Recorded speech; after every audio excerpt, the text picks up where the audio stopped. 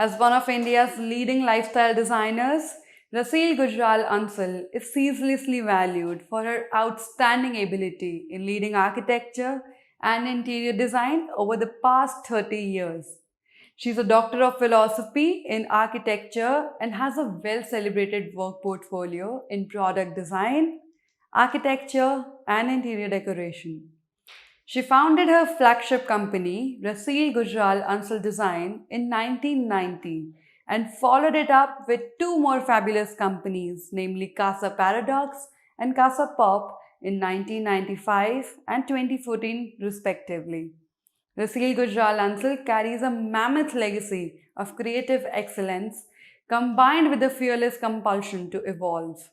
This mantle has been handed to her by her father, the legendary maestro of all arts, Mr. Satish Gujral. A true exemplification of the Renaissance ethos and the Guru Shishya tradition. Rasil was schooled in her creative career within the crucible of the architectural firm led by her father and her brother Mohit Gujral, and as in the Renaissance has disregarded all compartmentalization between creative fields. Hence, she calls herself the accidental artist or accidental architect. She was the star of the cover story of Surfaces Reporter's July issue. There is a lot that is discussed in the issue which no one will find on the internet. Vertica Dvivedi, editor-in-chief of Surfaces Reporter, recently spoke to Mrs. Raseel Gujral Ansal. Dive in to find out more about this fountain of talent. So I read a lot. I spent a lot of time around art and artists. And then there was a lot of fun and laughter because my father had a great sense of humor. We as a family would all be there. So it was like a picnic time, whether it was Delhi or Bombay, Jahangir in Bombay and Triveni in Delhi. And so lunches would be coming packed and there was no Zomato. I feel quality is essential to luxury. The product should have all quality ingredients. The space should have all quality ingredients. So whether it is your flooring or whether it is your fittings or whether it is your lighting, you will only dance or walk to your own rhythm if you don't hear too many other rhythms, right? You plug in your headphones and you hear your music.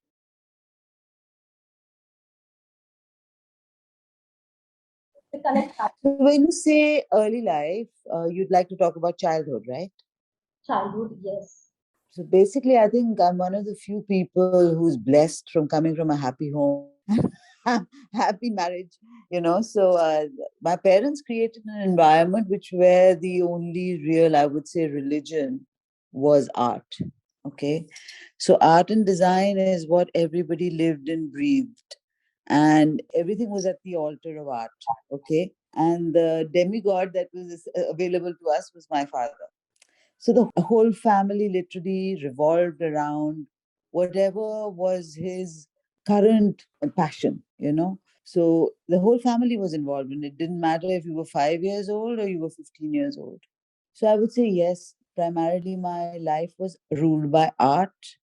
I would say that is the other main theme of our childhood because whether it was politically important people or dancers or painters or actors or everybody was in and out of our lives, right? So there was a irreverence in that sense and yet a deep understanding, of art and artists. And then, of course, I had my siblings. So I am the youngest of three siblings. So there's my sister is the oldest, then my brother who are 11 months apart. And then I am mother calls a Farmaishi baby. So I come 5 years later after my brother. I spent a large part of my childhood as an only child with my parents because my siblings went away to boarding school much earlier. So, whether it was Asia 72, for example, when that fair was being set up, when the fairground was first created, what we now know as Pragati Maidan, the first exhibition was Asia 72. And I was there at the grounds till whatever midnight or whatever because my parents were doing some 20 pavilions. So art, design, this something my childhood is so interwoven. So when people talk about friends or school or this, for me, this was the I would say the running thing. For example, I was in modern school Barakhamba and my father and my mother both had an annual show at Triveni. So I would walk from school to Triveni, right after school so that I could be part of the exhibition or help. My sister was doing dance classes there, so I would be hanging around there. So all of life was actually in some way a satellite construct of the art activity. My uncle was, very enmeshed in politics, Mr. I.K. Gujral, and they had their house on Motilal Nehru Marg, number 9 Motilal Nehru Marg. And my parents would travel a lot again because of art, right? So as a result, three of us spent all our time staying with our uncle, and all day there would be news being printed out on this thing, and I was fascinated. So I would be sitting in his office, and I was allowed to have, with his secretary I had the second chair. So I'd be typing. So all of life was pretty much the fabric of art and Delhi. So we would walk from Motilal Nehru Marg to Gymkhana Club, which was our mecca for our swim you know so after the swim, the library, and then home. So I read a lot. I spent a lot of time around art and artists. And then there was a lot of fun and laughter because my father had a great sense of humor. And my mother was an excellent, what should I say, what are they called? Like your counterpoint, who all the jokes are leveled at. So that's pretty much, I would say, my childhood in a nutshell.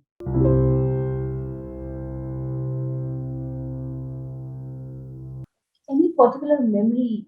I know there are many, many, many, many, but I'm just asking to pick one or two memories, with your father. Something that Okay, actually, all of them revolve around my father because as a child, I was actually my father's child. All right. My mother's main child was my father. And since the other two were more grown up, so I was his child.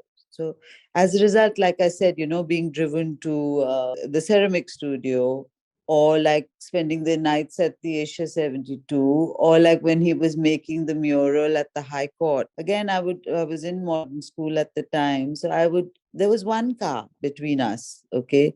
So the driver would come pick me up from the school, and then I would get dropped off at the High Court, and he would be doing whatever he needed to do, you know? So that's another memory. Then I would sit through multiple exhibitions. My father was an artist who loved to not be disturbed while creating, but once the creation was out there, he was very, very keen to interact with people who were visiting the show. So, unlike a lot of senior artists who, just are there for the preview and then they're subsequently just somebody is manning the show, we as a family would all be there. So, it was like a picnic time, whether it was Delhi or Bombay. Jahangir in Bombay and Triveni in Delhi. And so lunches would be coming packed, and there was no Zomato. And, there would be tea coming from home in flasks. And, either me or my mother, or it was a very, very dear friend of my parents, either him, one of us would be with my father so that he could communicate with whoever he interacted with. So those are also very strong memories, because you spent like 10 days, yeah, at the gallery, and you were all there. I was there for minimum 5 to 6 hours, so that's another very, very strong memory. And central focus being my father, seeing his journey from art to architecture to back to art and sculpture, etc., etc. So as a result, for example, I would spend, from very early age, I think from the age of 2 is what I remember. He would drive me. He used to still drive in those days. I'm talking about 1967. And he would put me on his lap and he would drive to like Okhla, where my parents had a ceramics workshop. And, I could play in the clay and play with the potters, etc., etc. So that's a very, very strong. I would continue. So that would continue till I was, say, 15, right? So this was a large part of my childhood. Then there was also for example, if when my father was painting, I was one of the few people who was allowed to go and sit in the studio. So that smell of oil paint prior to acrylic paint, that turpentine smell, that was also very much a part of my childhood. And basically no reverence for celebrity. And the other very funny memory is my father was supposed to design near the Lake Palace Hotel is the other island which has the beautiful property of Jagmandir. So he had been asked to design Jagmandir as a hotel by ITC. But for the next 3 years, we didn't have a dining room because our dining table which was, I would say, about 10 feet long or by 4 feet, had an entire scale model of Jagmandir on it. You know, so this is why I say that it is in the fabric of our lives, because you couldn't eat dinner, lunch at a dining table because you didn't have one. It was Jagmandir, right? So that's another very amusing memory. And then what else? I mean, everything is a memory. So what should I tell you? There's no end to it.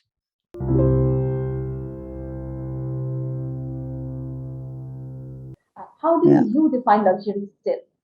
For me, actually, I've said this many times before. I said, I have fallen into luxury again.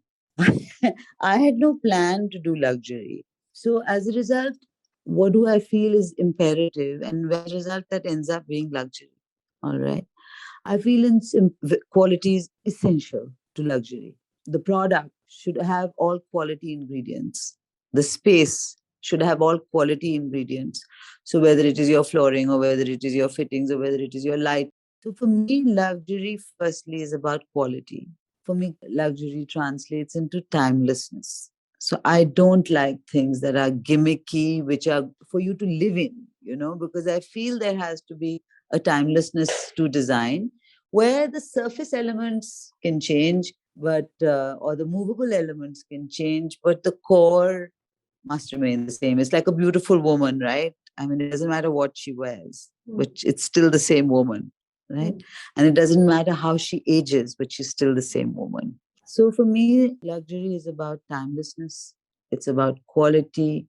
It's about originality. Okay. For me, and if you are just doing me a copy paste, you bore me. So that's not luxury. Yeah. So luxury must be original. Yeah. And what else? Yeah, I would say for me, these three things define luxury.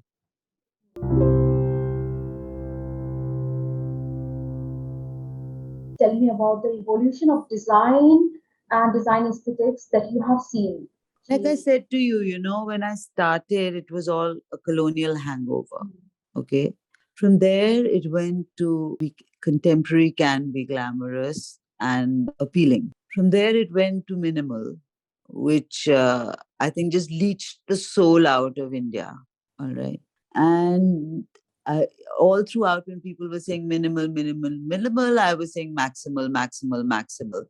And now, of course, maximal is the buzzword. And so I had never wanted to lose my roots. Okay. So even while I'm doing contemporary, I will do an inlay or I will do a pattern or I will do some surface treatment or I will use a particular craft.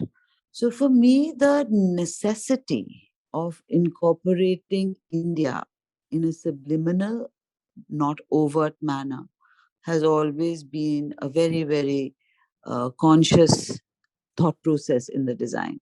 It's quite visible, and it's very beautiful. You will only dance or walk to your own rhythm if you don't hear too many other rhythms, right? You plug in your headphones and you hear your music. While if you hear music in a room full of people, then you can all have to choose the song you're going to listen to, right? So you have to choose your own rhythm and you have to sort of have blinkers and earphones on. You walk your own path. Hmm.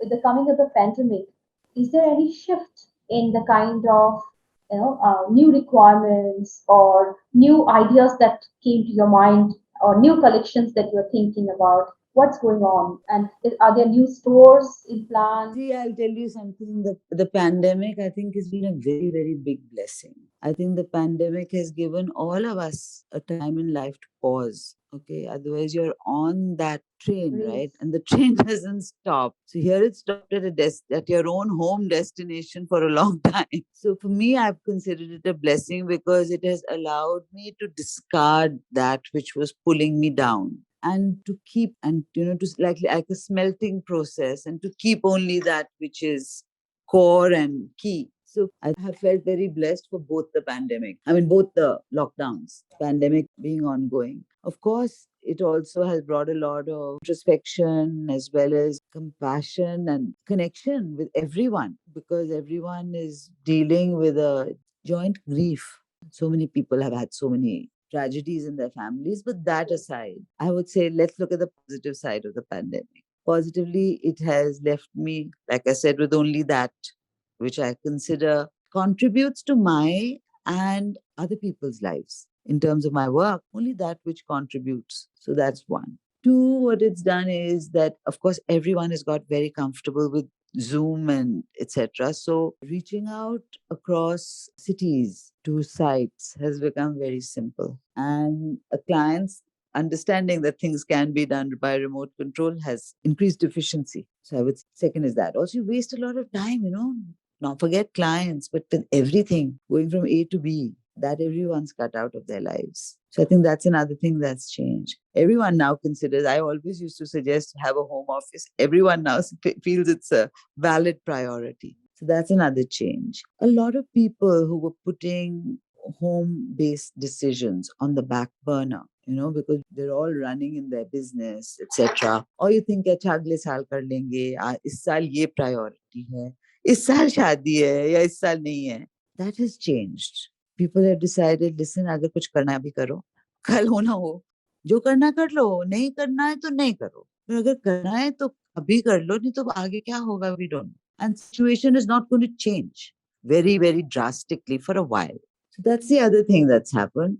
I think basically we had, again, anyway decided we are cutting back on our retail side of things 3 years ago. So the pandemic has only reinforced that decision that we were on the right track, and as a result, we're not overburdened with overhead. So we have our studio and we have our showcase all in one building, and it's all very controllable and very contained. And in a way, Vertica, it's like going back to the beginning, and it's very enjoyable again. So when you have so many superfluous things which are pulling you in every direction, and you have the time to review them and cut them out of your life and only keep that which matters, I've started to enjoy my work again to its fullest. So for me, that's what the pandemic has done. Yeah.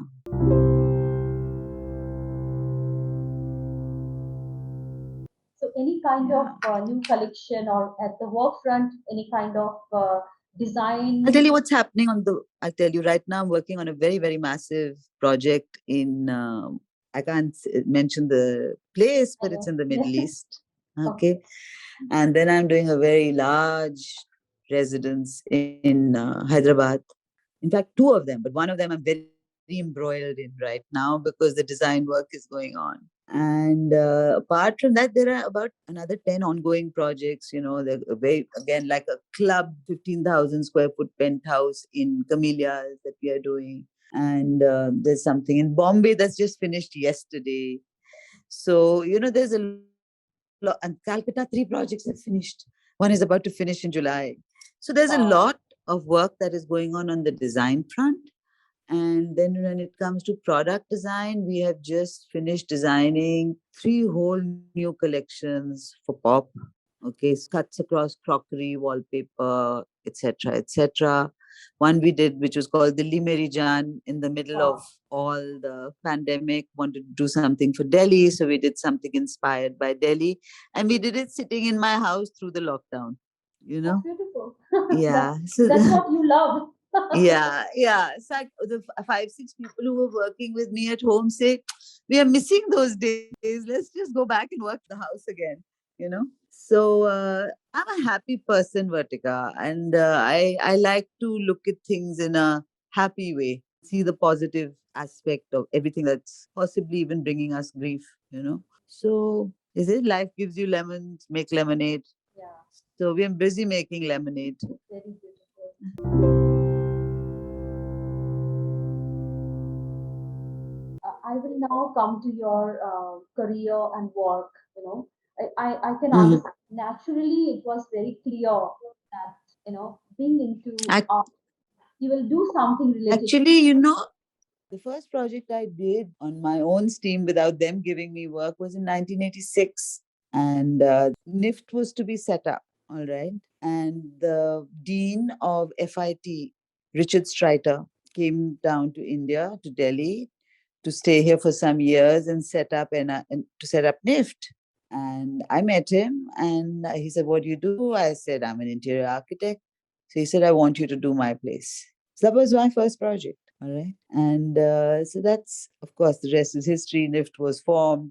I was not paid by Cottage Industries because they were supposed to pay my design fee and I didn't know how to ask for money. So that was the first. And then, of course, bigger, bigger, better, better things. So that's where my training is. So I would say my creative and technical mentors were my father and my brother and the entire office at their studio. On hindsight, it seems very, very clear. All right. But at that time, I didn't know whether I should join the National School of Drama or whether I should pursue photography or whether I should study architecture. These were my three options. And then, of course, I chose to fall in love. So my father, in fact, was quite upset. Not quite, he was very upset. And he said that, he told my father never fired a gun straight at you. It was always on her shoulder.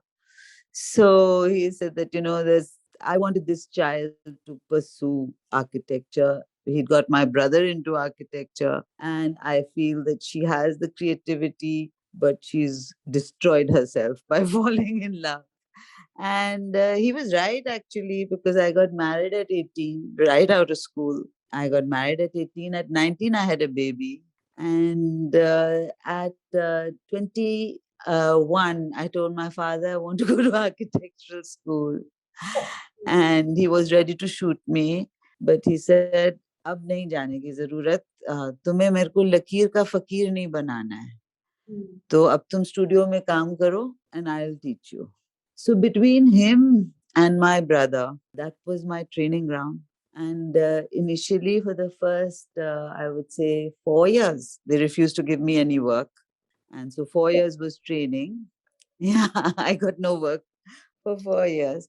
And then unless it was work that I had picked up on my own, which by the way, I managed quite successfully to pick up on my own. And my mother would say to me, "Itni choti se tumko kaam kaun kyun deta hai koi?"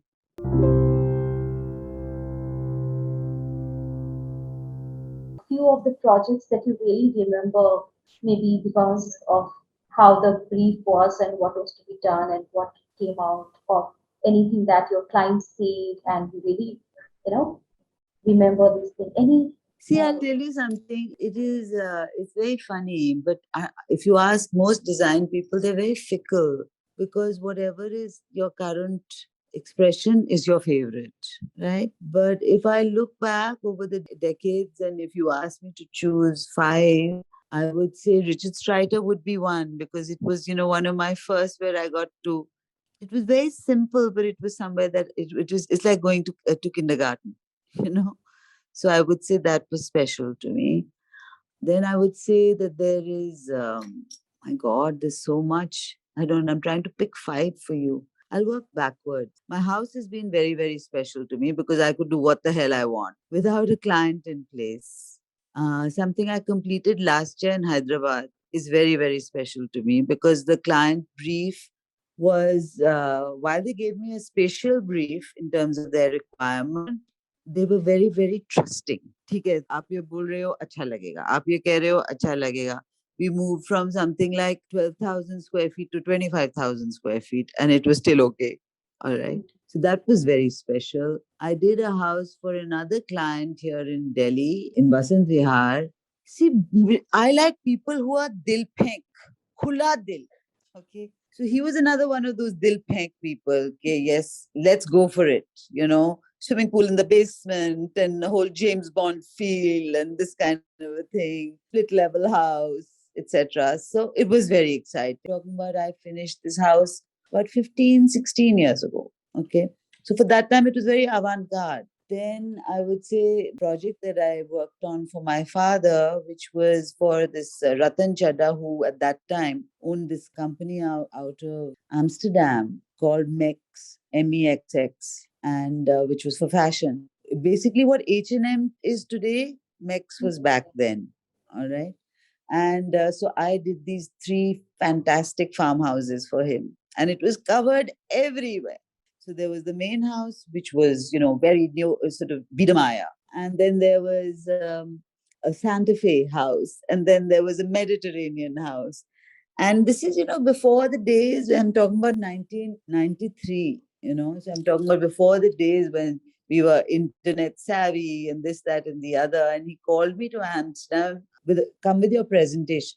And I made all these presentations. And of course, I had them in a little pulling bag because, there is no other way but paper and lots of paper. And I arrived at their offices, and the facade of the office was an old traditional silver factory. And behind it was a completely contemporary building. And I walked in and I saw some Maya, and I said, I'm okay. And he loved all the three different concepts, and we did them, and we had a lot of fun. So that would, I would say, was another milestone kind of project. I did resort project in Goa a few years ago, which was like a series of 12 villas, each of them between 10 to 12,000 square feet. That was a lot of fun because I played with the vernacular. So that was a lot of fun. And I think I've covered five, right?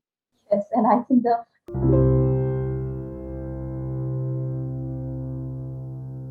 tell me about the furniture, furniture industry in India. Like people say that it has a lot of potential, the luxury furniture segment or the general furniture segment as a whole. India has a lot of potential. It is said like that. When you Uh, say potential, what do you mean? Potential for sale, Potential potential for for development? potential for becoming a hub for the world.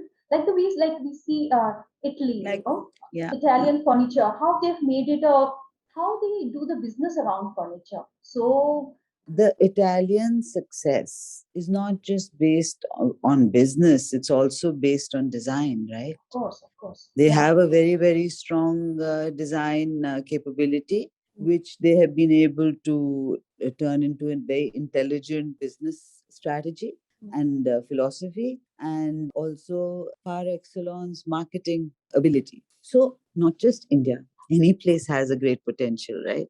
So, yes, what India is has a great inbuilt audience. Okay. So this is where India has a tremendous potential. अगर Indians को समझ आए कि Indians से काम लेके आपको फायदा होगा, मतलब you'll be getting something which is novel and original. Okay, I'll give you an example of this Hyderabad project I just finished, but this is one example. All the projects that we do, I would say 75% is indigenously produced. Only 25% is import, which is not saying that the client doesn't have the choice. The client chooses to do it this way. I'll give you the Hyderabad client's thing. When he first came to me for architecture, he said, I have offices in Dubai and in Atlanta, etc. And I would like, and in, of course, in Africa.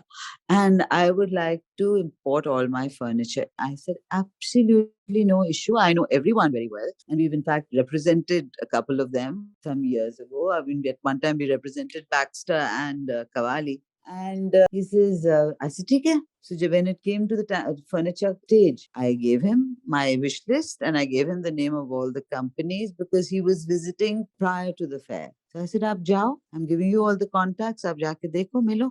He comes back and he says, okay, I've seen everything. And now I want you to give me what would be your proposal based on your design. And I said, fine. I gave him our proposal. He said, मैं बेवकूफ हूँ, मैं businessman हूँ, मैं उतना पैसा क्यों खर्चा करूँगा? You can give me something better and it will be something that I can't go to everybody's house and see the same thing.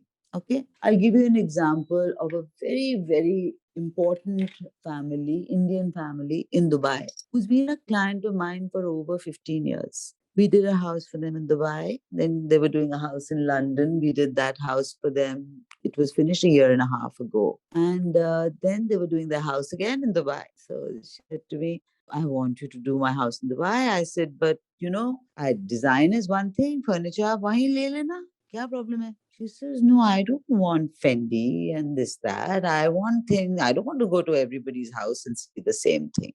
I want you to give me what you would design. Right?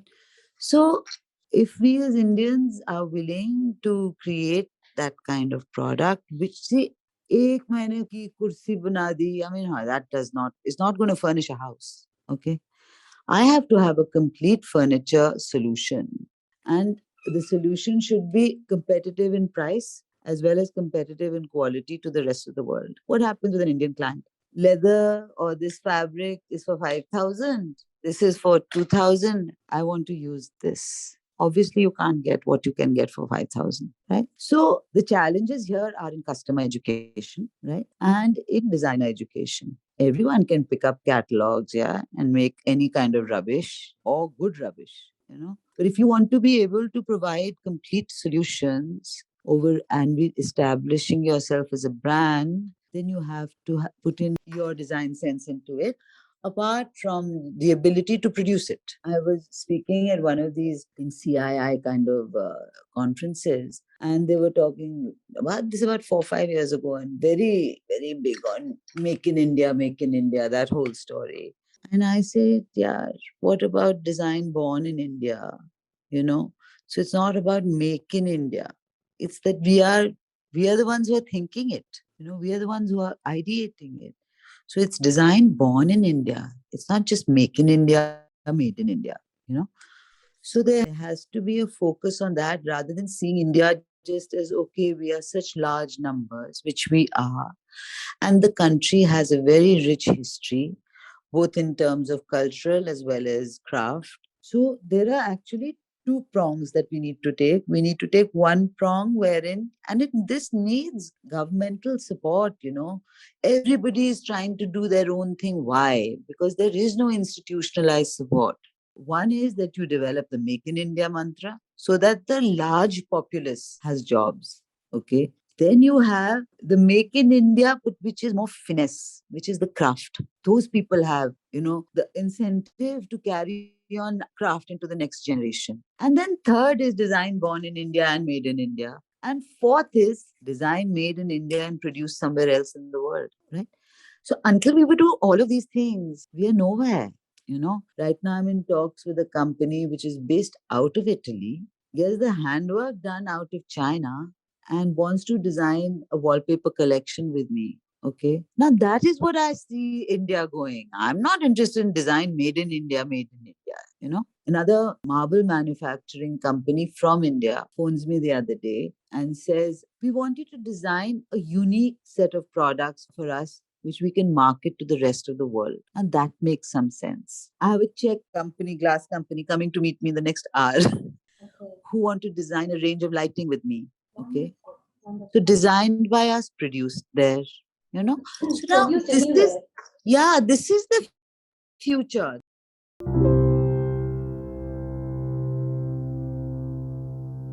So any kind of a dream.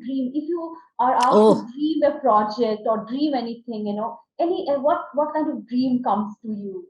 What kind of thing? my dream would be to restore historic Indian property. That's where my heart lies. दिल तो वहां रखा हुआ है. रोजी रोटी के लिए बहुत कुछ करते हैं. So it's my wish. It's my best wishes to you. I really Thank want you that. so much. वाकई अगर वो हो जाए ना, I will be over the moon.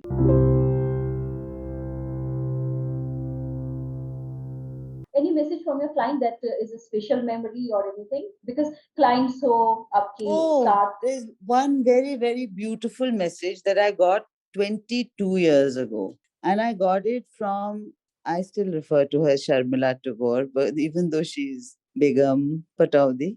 And I had done a house for her. And basically, she gave me the house to do, it was a Lutyens bungalow. And she gave me a brief. And again, no internet and over connectivity back in those days, right? And she went off to London. And she said, I want it ready when I come back in 6, 8 months' time. So I had a ball. I did exactly what I wanted. Yeah.